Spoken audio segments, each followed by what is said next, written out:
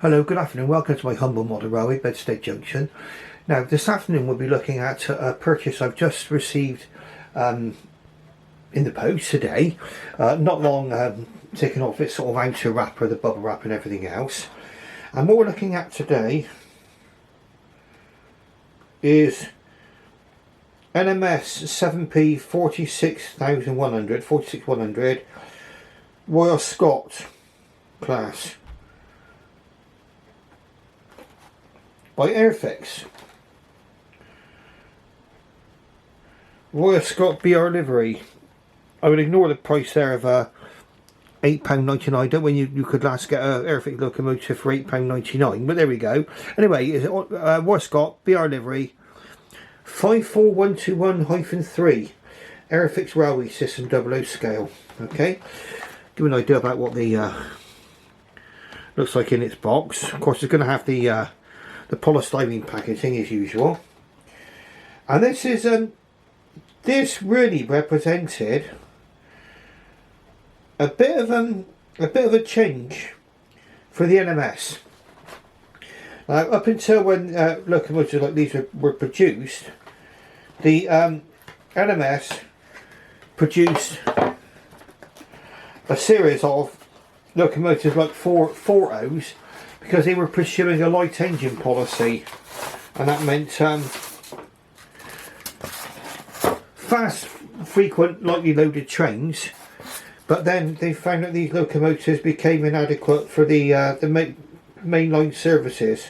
And correct me if I'm wrong, but I think that was for the West Coast main line. This Royal Scot, the writing on it's so small that I think I might have to look this one up to see what it is. We'll have a little look at the detail as well on it as well. So it's by Airfix. It's going to be tender powered. I've just seen the cogs in the back. Okay, we'll just get them out of the box and we'll see if it runs. See if it will come out of the box. Some of these polystyrene packages can be a bit tight. Right, so it looks okay to me. Well, it looks complete. So what we're going to do is we're going to put them onto the rails, and then we'll see if this particular locomotive runs. That's going to be our first thing, and then we'll have a closer look at it. Might be able to get some more details of it as well. Yeah, you can feel the those traction tyres gripping for on the rails. Didn't come with an instruction sheet, unfortunately, so I might have to try and print one off, to do the servicing and stuff.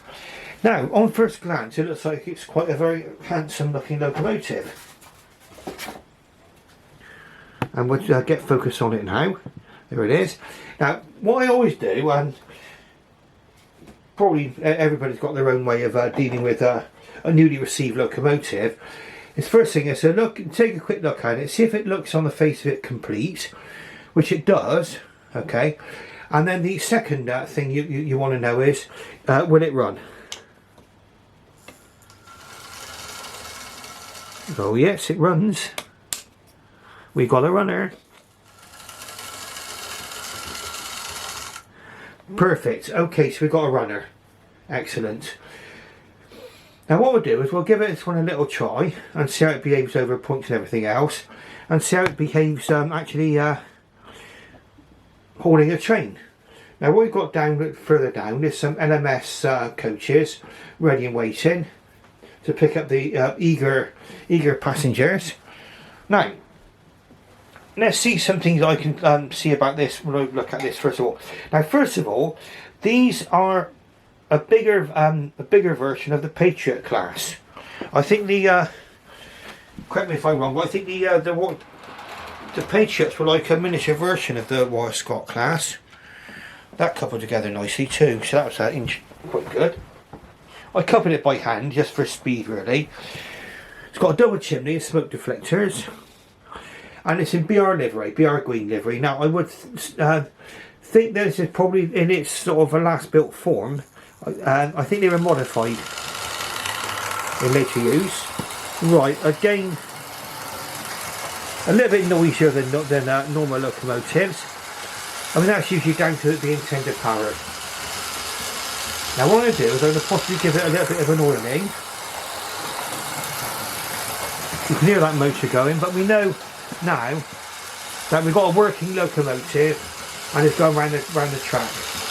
And I will tell you, so when I paid for this locomotive, and okay, I've heard a lot of people saying, oh, they don't like the Airfix motors, blah de da de da. Okay, fair enough, that's certain of people's opinions, but what I say is, I think this locomotive was produced by Airfix in 1978. Now, 1978, a fair old time ago, isn't it? 1978, okay. And we've got a completely good working locomotive. Looks like it's not fallen into bits or anything. Everything's complete. Yeah, nice little runner.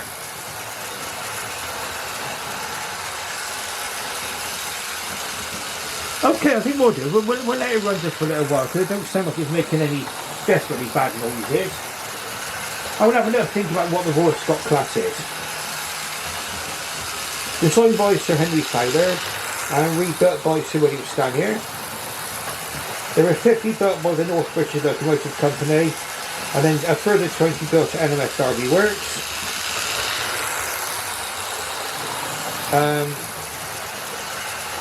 They were built between 1927 and 1930. And they were rebuilt between 1943 and 1955. So I guess that this is the rebuilt, what it looks like in its rebuilt state. Because it's in early BR livery. The 460. Got 6'9" driving wheels.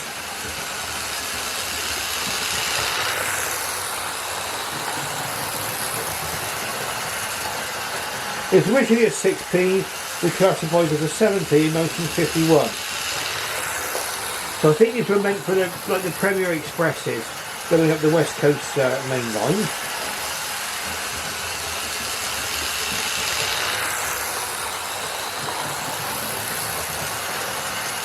Brilliant, absolutely superb.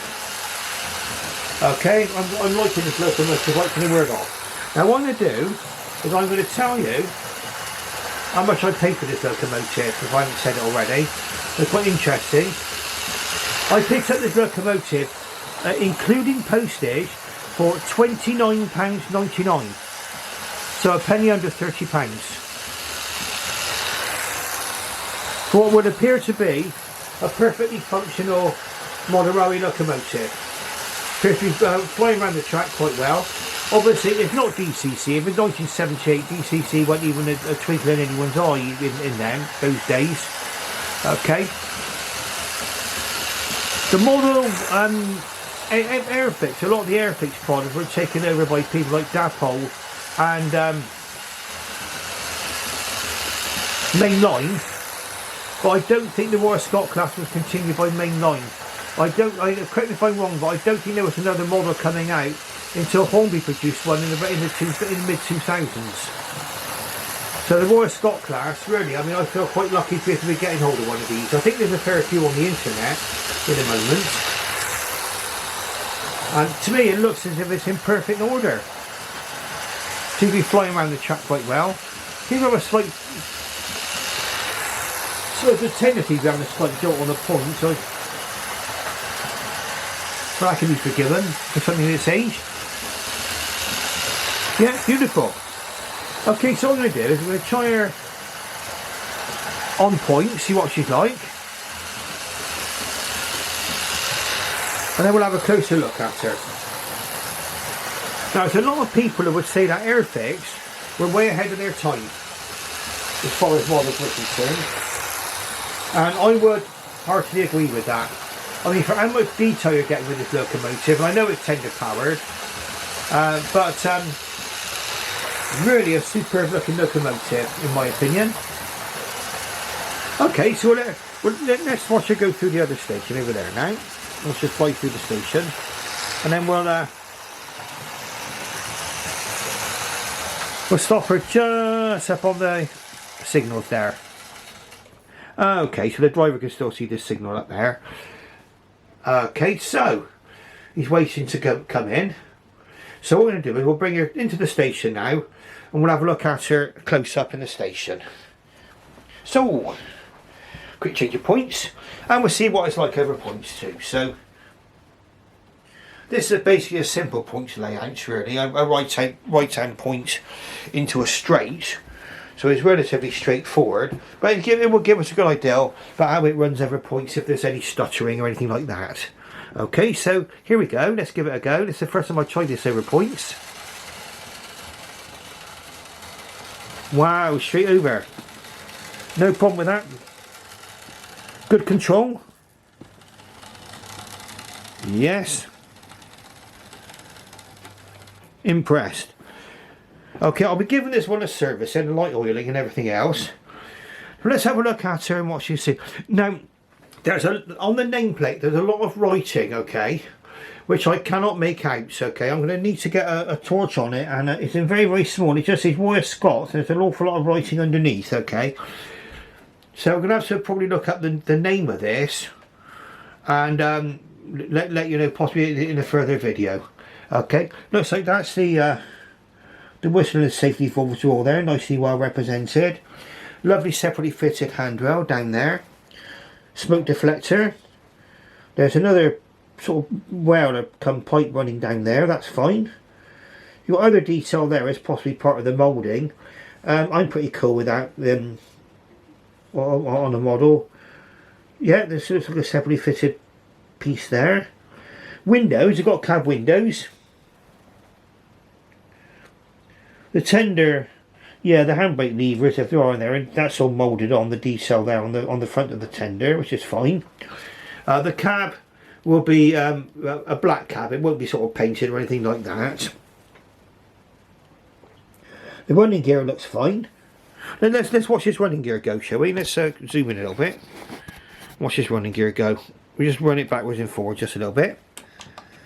We'll see this running gear, what it looks like in operation. Very nice. Oh yes. Okay, am I happy? Very, very much so. What can you get these days for what, 30 quid basically, a penny under £30. And box as well. All in this box. It's a double chimneyed locomotive too. Now these, like I say, were built to really either supplement or maybe replace the 440 compounds, which were up until the building of locomotives like this. The 440 compounds were the premier locomotives for the LMS. Okay, the LMS needed more powerful locomotives, as did all the regions of our railways.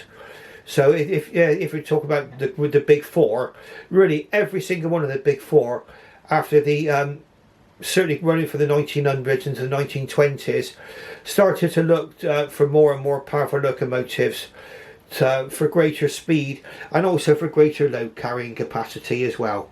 And this is one of the fruits of the NMS. Okay, we see this actually in BRs. We see the early crest on the tender there. The coal load looks quite good too. I mean, for the 1970s, not bad at all. No missing details. I mean, it looks as if whoever had this locomotive probably looked after it quite well. So as a credit to its previous owner. What we're going to do is we'll have a quick look at her on the Lazy Susan as well, and we're going to give her a 360-degree view, and then we'll go back to giving her a run, and then I'll probably give her a bit of an oiling just to make sure she's had a drop of oil. Nothing seems to be squeaking or untowards on it, as far as I can tell. So we'll get her onto the Lazy Susan. Now what we're going to do is, this is just a recommended tool for those of you who might be starting out on modern railways. You're looking for an easy, straightforward way of uncoupling your rolling stock and everything else. Is one of these. You know, and you watch me put this in action now. My hand might get in the way a little bit, but it's an uncoupler. So just push that together, and look how easy that came apart. Look. Okay, so you're just basically lifting up the coupling hooks like that. You basically need to push the two together. Okay, before you do that, so the hooks aren't sort of grabbing on too much. and they will come apart quite nicely. So what I'm going to do is I'm going to push this back out off the track and off the siding now, and then we're going to put the locomotive onto the Lazy Susan. I'll have a good look round here.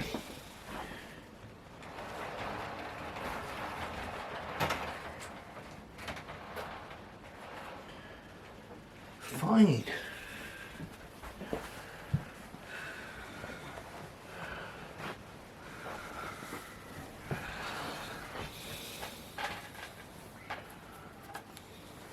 Just put the Lazy Susan right down there so it's nice and ready. Okay, we can see it all there. And as mentioned in previous videos, I put the white piece of paper on there just to make it stand out, because obviously it's a black, the Lazy Susan's in black, so you need to be able to see a locomotive against that background a little bit nice and clearly. Right, let's start with the front.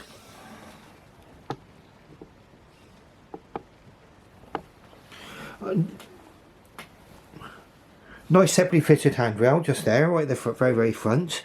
The smoke box dart, that's moulded on, but you can expect that, okay? You can expect that. It won't have sprung buffers, okay? So we just hold it nice and still there. No sprung buffers.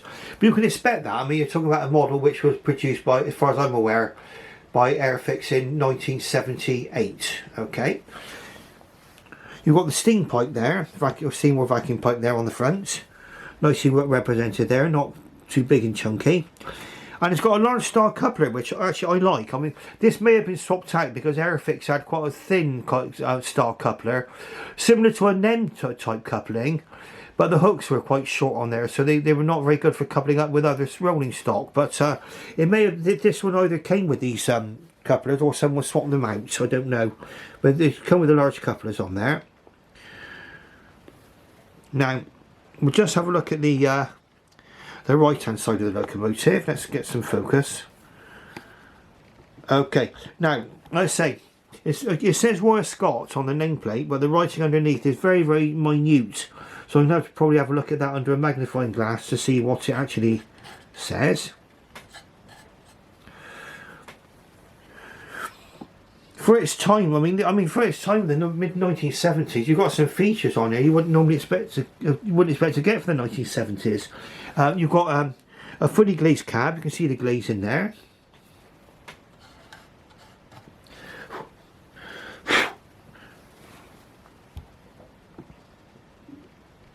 The coal load is quite well represented. I mean, it's quite chunky looking, the coal, but for its time, great. It looks fine. It's not piled up too high. I mean, considering that it's a tender driven locomotive, you haven't got the massively high coal load you get on some tender driven locomotives. Got the nice lining on there on the tender and on the locomotive. Beautiful lining there. You can see from here the double chimney. Classification 7P, which was given in British Railway Service. Let's have a look at the back. So we're looking at the back of the tender now. Now you can see into the cab. You can see there the cab's completely black. Looking inside, there is detail, but like most locomotives of its time, there isn't a fully painted cab there. Nice details on the tender. There's sort of steps and probably lamp irons on there on the back of the tender. That's all moulded on details as far as I can see. Well, I mean, that looks perfectly fine to me. Again, from my own personal point of view, we'll look at that tender now. I don't mind moulded on details on models like this. Means there's less to break off, to be honest. Again, you've got solid buffers on the back. Okay, and you've got the vacuum pipe there, very well represented, not too not too chunky.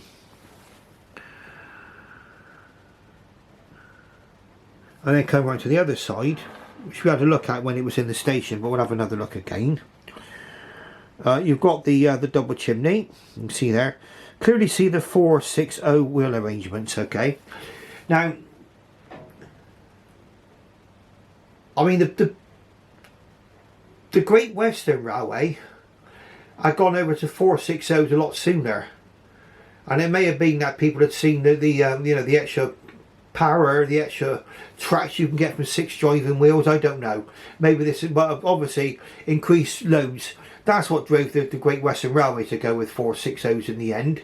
Obviously they went right up to the king, but with the Royal Scot class, obviously then I think they went over to ones like locomotives like 462s even on the NMS. Obviously looking for more speed. And I think it was the Coronation Scot class, wasn't it? Was the ultimate, I think, of theirs. It was streamlined on the NMS. You can imagine this is possibly just after the war, this locomotive. It would have been given this crest for about 1948 to 1956. Okay. Imagine this speeding up towards Scotland, maybe. Or a Scot, I would assume that was what it would be used for. Okay.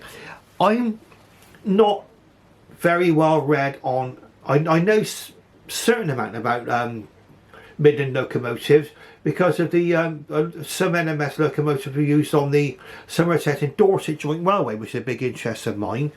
But I am actually learning about Midland locomotives, and obviously at the moment it's a bit of a steep learning curve for me, but I'm obviously giving you as much information as I can. I wouldn't like to give you any false information. Okay, so, and then we'll be looking up the name of that in just a moment. Okay, so I think we've had a nice little look at her now. Yeah, you've got everything on this. You've got like this will, you wouldn't get on a Hornby Railroad model.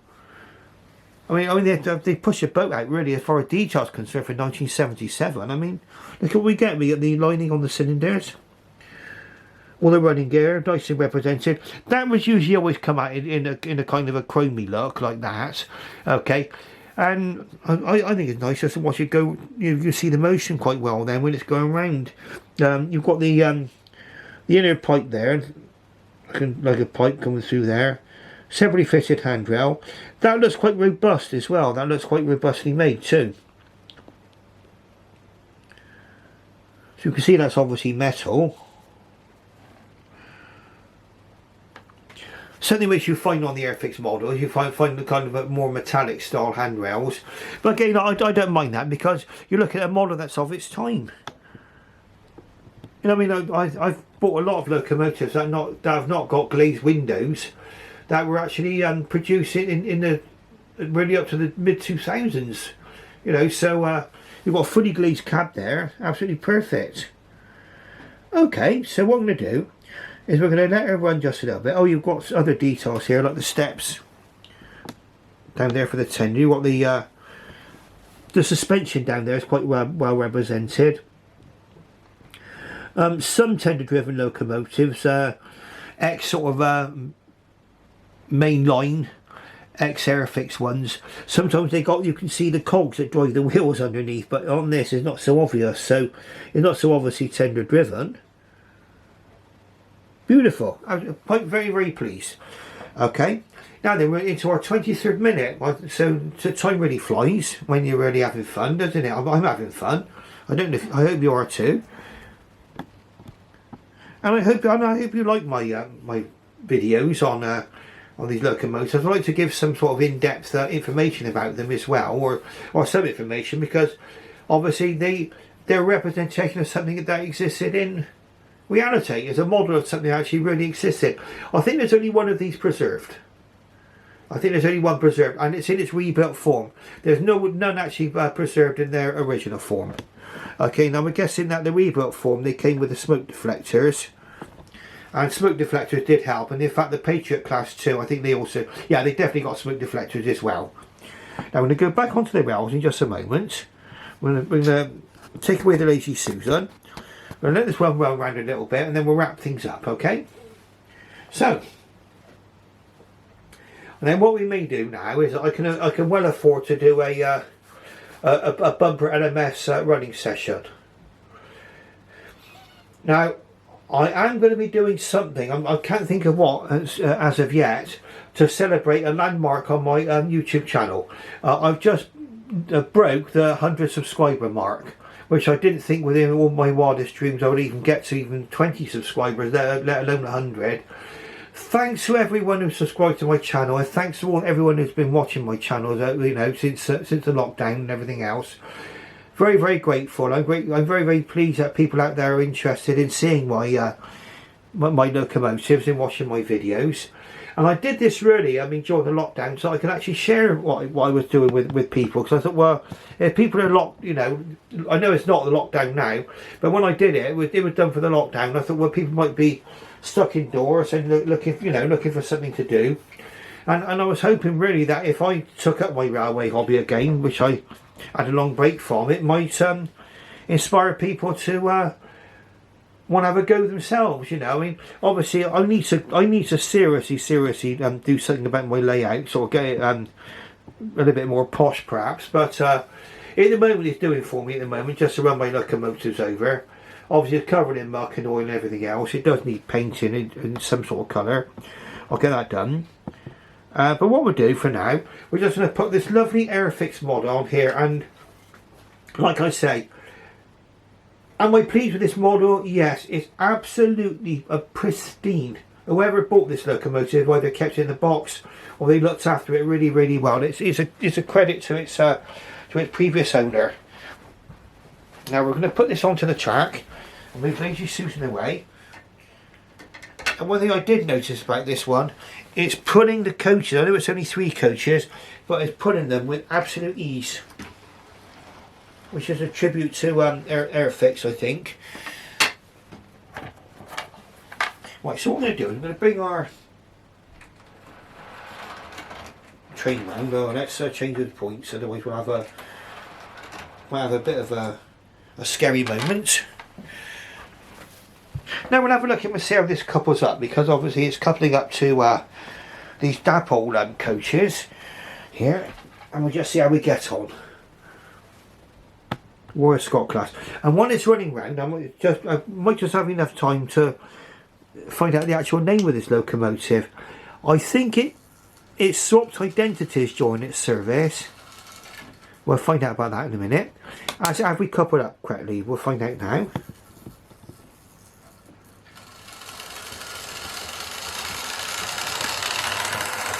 Okay, it's a little bit noisy, so I might see what it's like with a bit of oil on it.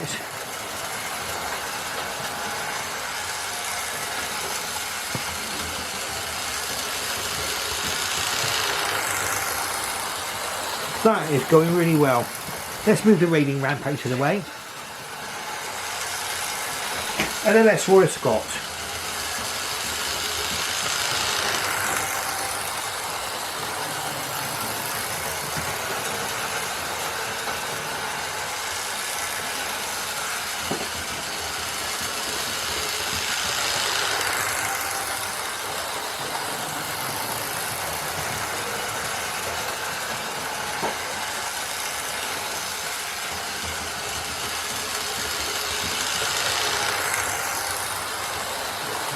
Right, so I think what we're doing now is I'll be showing this in another video, and I'll do more research. I'll see if I can get a magnifying glass or something onto that onto the locomotive name, because there is quite a lot of words under there, quite small to read, and I'll see if I can get those read up for you, find out more about the locomotive, and we'll feature that in another video.